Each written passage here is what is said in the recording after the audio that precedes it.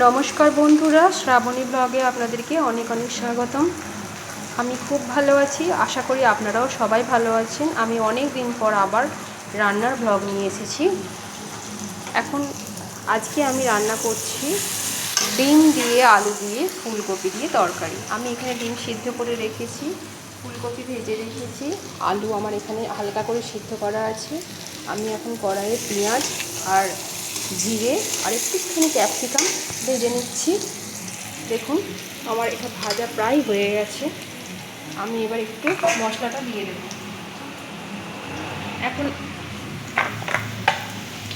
এবার আমি এতে বাটা আছে আদা, রসুন, লঙ্কা গুঁড়ো, হলুদ গুঁড়ো, পেস্ট সব কিছু দেওয়া আছে। আমি এটা দিয়ে দিচ্ছি। আমি একদম সাধারণভাবেই বানাচ্ছি, বাড়িতে খাবার মতো, সেটা আপনাদের সাথে শেয়ার করলাম। আর এখন রান্নার ব্লগ আমার প্রতিদিন আসবে না, কেননা আমার ছেলে তুফান সোনার এখন স্কুলতে ছুটি আছে, গরমের ছুটি, গ্রীষ্মের ছুটি পড়েছে। তো ও বাড়িতে আছে মানে আমার রান্নার ব্লগ আর আসবে না। ওর 8 তারিখ থেকে স্কুল খুলবে, সোমবার থেকে। তারপরে আবার প্রতিদিন যেমন ব্লগ আসছিল, নতুন নতুন ব্লগ আপনাদের কাছে আবার আমি শেয়ার করব। দেখুন ডিমের তরকারির জন্য আমি মশলাটা কষিয়ে নিচ্ছি। ও বাড়িতে থাকলে ভীষণ দুষ্টুমি করে, আমার পক্ষে ব্লগ দেওয়া কোনোভাবেই সম্ভব হয়ে ওঠে না। আমি মশলাটা কষিয়ে নিয়েছি। এখানে 3টে ছোটো এলাচ ফাটিয়ে রেখেছি, সেটা আমি দিয়ে দিচ্ছি।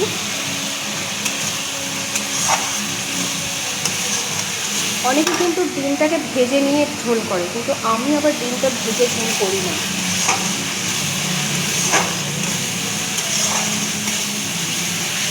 আমাদের ডিম ভেজে ঝোল করলে না খুব একটা ভালো লাগে না, কিন্তু বলে না সেটা বেশি টেস্টফুল হয়।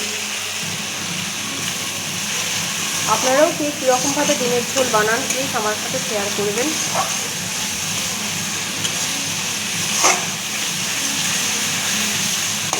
দেখুন মশলা থেকে তেল ছেড়ে দিয়েছে। এবার আমি এই সিদ্ধ করা আলুগুলো দিয়ে দেবো।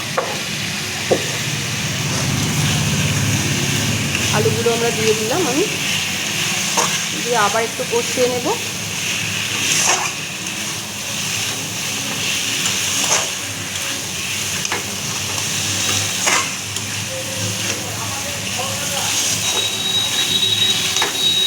এবার দিয়ে দেবো ভেজে রাখা ফুলকপিটা, দিয়ে দিয়েছি।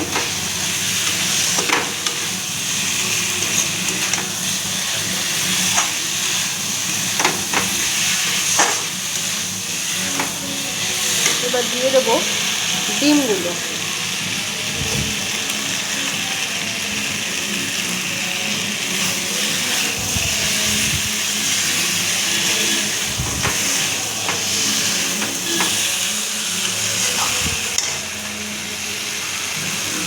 আবার একটু কষিয়ে নেবো ভালো করে ডিমটা দিয়ে।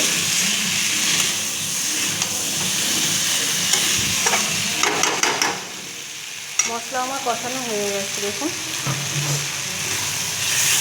এবার আমি পরিমাণ মতন জল দিয়ে দেবো।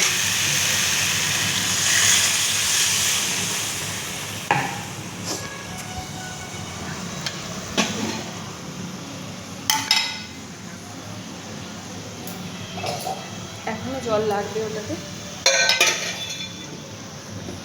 দিয়ে দিচ্ছি পরিমাণ মতো জল।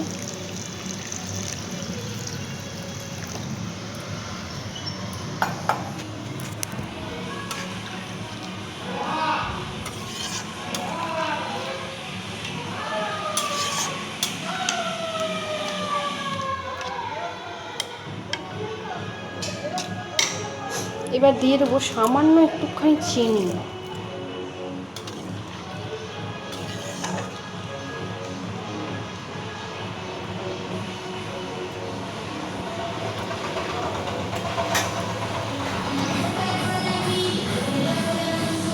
সামান্য লবণ লাগবে।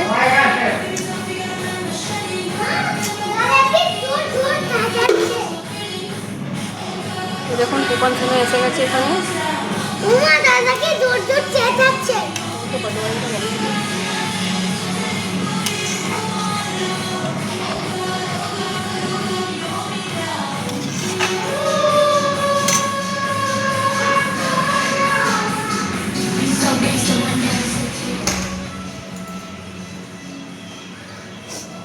একটু সামান্য বক্সের আওয়াজ হয়েছে, বুঝতে পারছি আপনাদের একটু অসুবিধা হচ্ছে।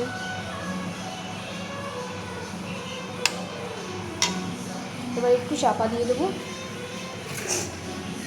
আপনারা যদি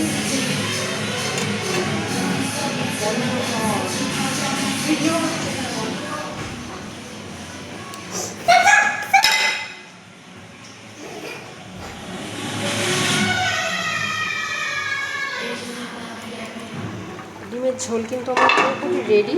এবার আপনারা যদি চান তো ধনেপাতা দিতে পারেন, আমি ধনেপাতা খাই না। যদি এই ব্লগটা আপনাদের ভালো লেগে থাকে, রেসিপিটা ভালো লেগে থাকে, তাহলে প্লিজ সাথে থাকবেন। পাশে থাকার জন্য অনুরোধ রইল। কমেন্ট করবেন, লাইক করবেন, সাবস্ক্রাইব করতে ভুলবেন না। টাটা।